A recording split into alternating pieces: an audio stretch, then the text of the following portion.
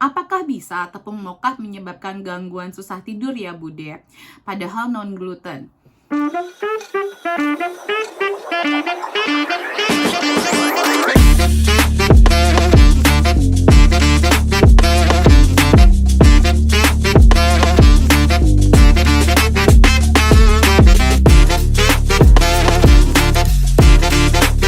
Hai, kembali lagi bersama saya Devi Jean-Marie, your favorite naturopathic practitioner dalam segmen Tanya Sehat Devi.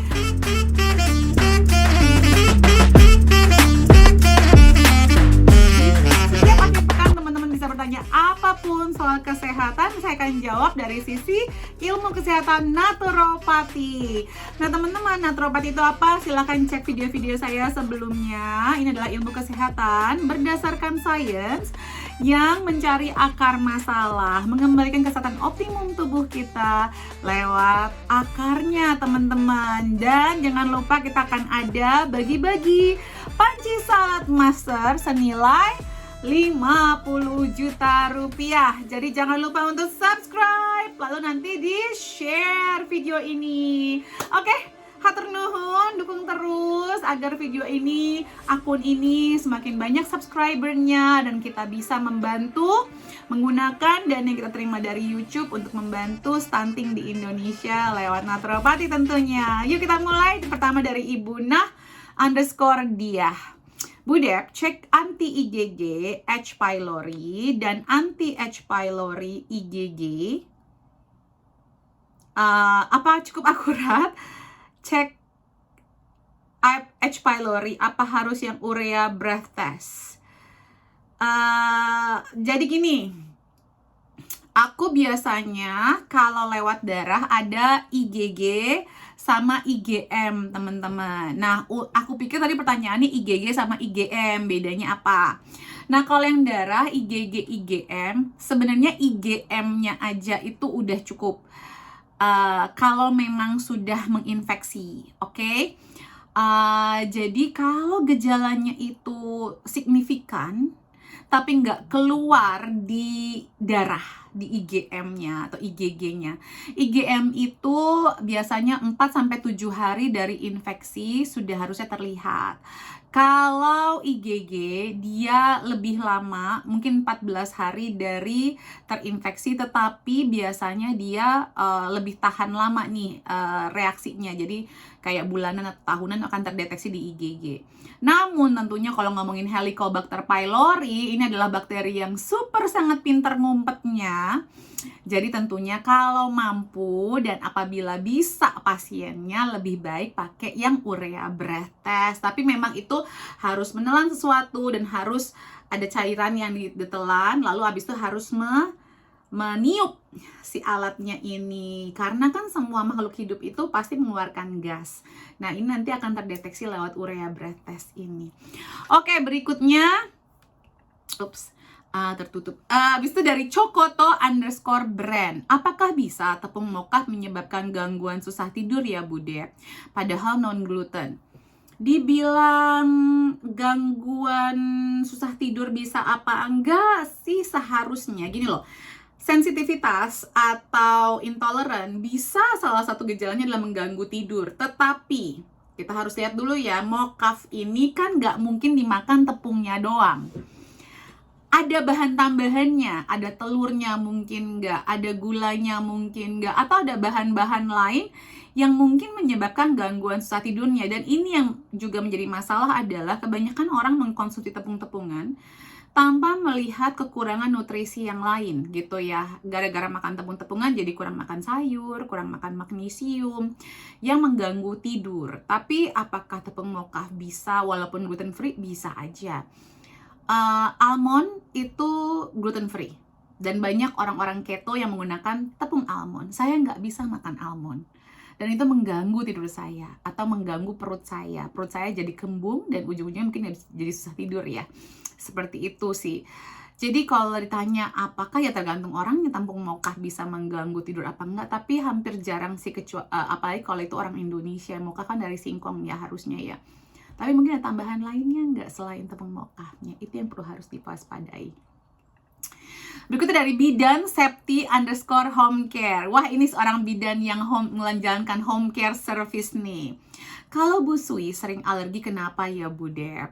Nah, ini dia nih Ibu bidan, mohon dididik juga para pasiennya. Jadi ibu hamil itu kenapa sih muncul alergi pas di kehamilan, pas lagi menyusui? Proses kehamilan itu sendiri, satu yang pertama, tubuh kita pengen yang sebaik-baiknya untuk bayinya. Jadi kadang-kadang ada ibu hamil yang muntah-muntah di awal trimester, itu ngebuang racun ada dalam tubuhnya juga. Salah satunya tujuannya ya. Lalu kenapa muncul alergi? Kebanyakan ibu hamil tuh nggak dicek kebutuhan nutrisinya selama kehamilan. Jadi begitu mereka menyusui, mereka benar-benar blast, ngutangnya banyak banget sama badannya sendiri. Yang paling umum adalah vitamin D sama zincnya nggak dicek. Saya sering banget, ada satu klien saya, ini suaminya dokter medis ya, spesialis suaminya. Tapi beliau sebelum hamil, selama kehamilan selalu ke saya ya kalau untuk point of advice-nya. Jadi saya selalu cek karena memang kebetulan dia tidak ada masalah untuk ngecek lab sering-sering ya. Jadi awal kehamilan 3 bulan, 6 bulan. Nah, di trimester ketiga tiba-tiba dia eksimanya kambuh. Terus saya bilang, Bu, kita cek dulu yuk zinc levelnya di trimester ketiga, belum kita cek nih. Benar, zincnya langsung ngedrop.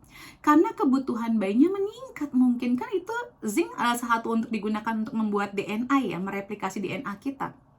Nah, mungkin bayinya juga lagi butuh-butuhnya tuh. Mana lagi ternyata bayinya adalah kembar. Ya udah, bener. Jadi habis itu bener-bener pas kita koreksi kekurangan zincnya, hilang itu eksimanya dan dia baik-baik saja setelah melahirkan. Nah, ini mungkin kenapa pasiennya ibu bidan bermasalah. Nah, apa ya kalau bilang minum lecithin aja bentol-mentol.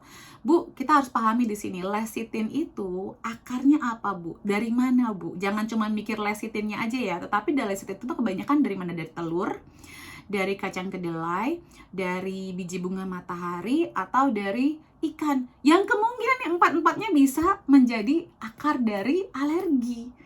Jadi makanya bagus juga sih kalau sanggup mampu pasiennya kita harus tes food sensitivity IgG sama IgE-nya, alerginya juga dicek pas lagi hamil. Oke, semoga menjawab pertanyaannya Ibu Bidan. Berikutnya dari afong.afong5815. Bumbu-bumbu dasar blender sebaiknya di chiller dalam kondisi belum atau sudah masak? Kalau saya sih belum dimasak. Tapi saya menggunakan minyak zaitun untuk mengawetkannya. Atau harus disimpan di freezer, tergantung berapa lama mau disimpan. Kalau lebih dari 3 bulan, sebaiknya sih masukin ke freezer. Atau lebih dari sebulanan ya, masukin ke freezer. Nanti kapan mau dikeluarin, nanti begitu dikeluarin. Jadi begitu dibikin, masukin freezer, nanti kapan mau dikeluarkan, taruh di chiller. Nah, itu bisa sebulan lagi, seperti itu. Kalau saya sih, yang saya bumbu tuh saya paling bumbu bawang putih, bawang merah ya, bumbu basah kan ya, maksudnya ya. Itu saya taruh di chiller, tapi dipakai minyak zaitun yang banyak. Bisa lihat di YouTube saya ini, resep-resep masakannya saya dari 2020. Berikutnya dari Mita Fahmiati. Kalau omega 3, banyakan pil ya? Enggak juga sih, yang cair banyak, Bu. Anak 3 tahun susah minumnya. Dan caranya gimana? Kalau dicampur sama makanan suka bau. Boleh digunting, terus tetesin di bawah lidahnya. Langsung disuruh minum air yang banyak juga bisa. Atau dicampur madu juga bisa. Kalau udah terlalu bau banget, berarti itu kurang bagus kualitasnya. Jangan main asal beli suplemen ya. Coba dicek video-video sebelumnya soal suplemen. Berikutnya dari Ibu Y Landas NY. Bu Dep, kalau makan vegetarian paling lama berapa hari? Nah, ini tergantung orangnya. Makanya pemahaman dan pengetahuan diri sendiri soal kondisi tubuh, ngecek tes lab secara berkala itu penting sekali. Kayak misalnya saya kemarin 21 hari nggak makan daging. Saya memang punya kecenderungan anemia dari saya masih gadis. Pas abis kemarin kena COVID juga saya kena lagi. Jadi saya mesti hati-hati dan itu berasa banget kemarin. Saya udah setahunan nih beres, tidak ada masalah puyeng-puyeng pas lagi mens. Kemarin abis puasa hanya dengan pescetarian atau vegetarian, saya tiba-tiba pusing lagi. Jadi itu Bisa jadi kalau buat saya sebulan udah cukup gitu ya. Tapi saya pernah vegan malah, vegan, tapi waktu itu bener-bener bagus ya, nggak main asal-asalan gitu ya. Itu saya 3 bulan dan itu bagus banget, gak ada masalah. Jadi berapa lama itu tergantung kebutuhan.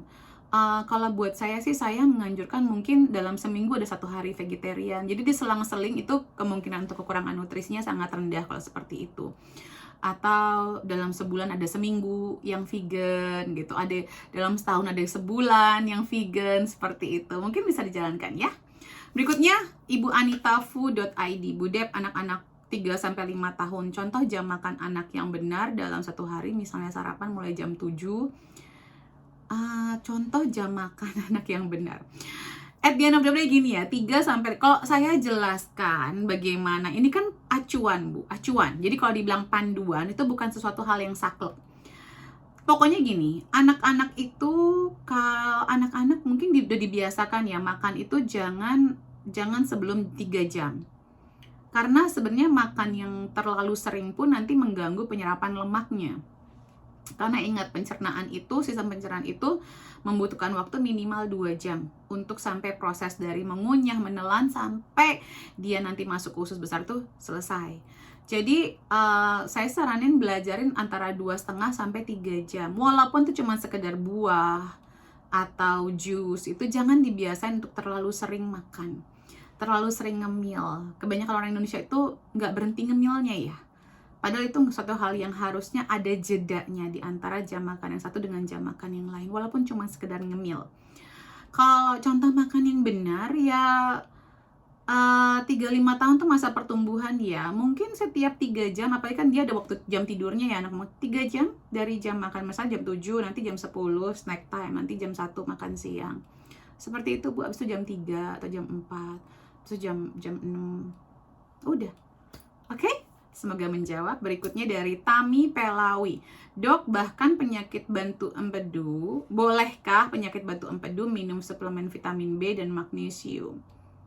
Nggak ada masalah sih sebenarnya, tergantung mereknya yang mana. Coba dicek ya ke video-video saya sebelumnya yang sudah saya sarankan suplementasinya apa, atau ikutan kelas naturopati Root of Life. Berikutnya dari DESTKURN. Untuk kesehatan emosional, dahulukan suplemen atau terapi atau konseling? Kalau buat saya, pertama adalah kalau ditanya duluan yang mana, keduanya. Karena dibarengin. Karena terapi tanpa menyadari kekurangan nutrisi kita itu salah juga, karena emosi itu bergantung dari kekurangan nutrisi juga. Satu halnya gini ya, zat besi aja ya. Perempuan yang kekurangan zat besi itu, atau laki-laki yang kekurangan zat besi, anak-anak deh, jangankan nggak usah harus dewasa, anak-anak aja kekurangan zat besi. Yang banyak ya anak-anak, dari mulai bayi ya, itu mereka lebih sering tantrum, mereka lebih ada perubahan psikologi dari kekurangan zat besi aja. Ini zat besi loh. Jadi ada juga kalau untuk kesehatan emosional tuh ada magnesium juga, vitamin D level juga. Kalau buat saya bukan dahulukan suplemen atau ini, tapi dahulukan mengetahui akarnya, kekurangannya apa. Bukan cuma sekedar main minum suplemen ya. Suplemen yang mana? Itu harus penting banget teman-teman pahami ya. Jangan asal beli suplemen. Saya juga sebagai naturopat bukan aja nih beli ini, enggak. Tapi kita harus kenal kekurangan nutrisi kita di mana. Lihat dari pola makan kita sendiri dulu, perbaikin mungkin pola makannya dulu, baru nanti ke terapi konseling atau ke suplementasi. Itu mungkin jawaban yang lebih bijaksana ya, belajar untuk mengenal. Berikutnya dari Meta Liana, cuka apel dan olive oil tiap pagi perut kosong itu bagus enggak? Ini saya mau mengunderline ya, maksudnya cuka apel ini cuka apel yang dilarutkan dalam air kan ya. Jadi jangan pernah minum cuka apel tanpa dilarutkan dengan air. Ini siapapun yang menyarankan itu, makanya banyak sekali yang bilang cuka apel ini bermasalah, itu ngawur. Oke, harus dilarutkan. 1-2 sendok makan cuka apelnya, airnya 500 ml. Minum barengin, dilarutkan. Jangan neat. Dan olive oil, kenapa diminum di perut kosong? kalaupun saya menyarankan, ada liver detox saya itu ada olive oilnya, tapi saya gabungin ada jusnya segala macam, jadi kayak ada smoothiesnya gitu ya. Saya nggak pernah sih menyarankan minyak dimakan aja atau cuka apel dimakan begitu aja, tuh nggak pernah, apalagi di perut kosong. Nah itu kan menimbulkan iritasi nanti di lambung. Oke, mari kita jangan buat supaya hoax keluar di luar sana untuk makanan-makanan yang sebenarnya sehat dan membantu kesehatan kita. Semoga bermanfaat jawaban-jawaban saya. Jangan lupa untuk di-share dan di-subscribe. Salam sehat selalu. Ingat, subscribe itu gratis. Thank you. Sarangnya.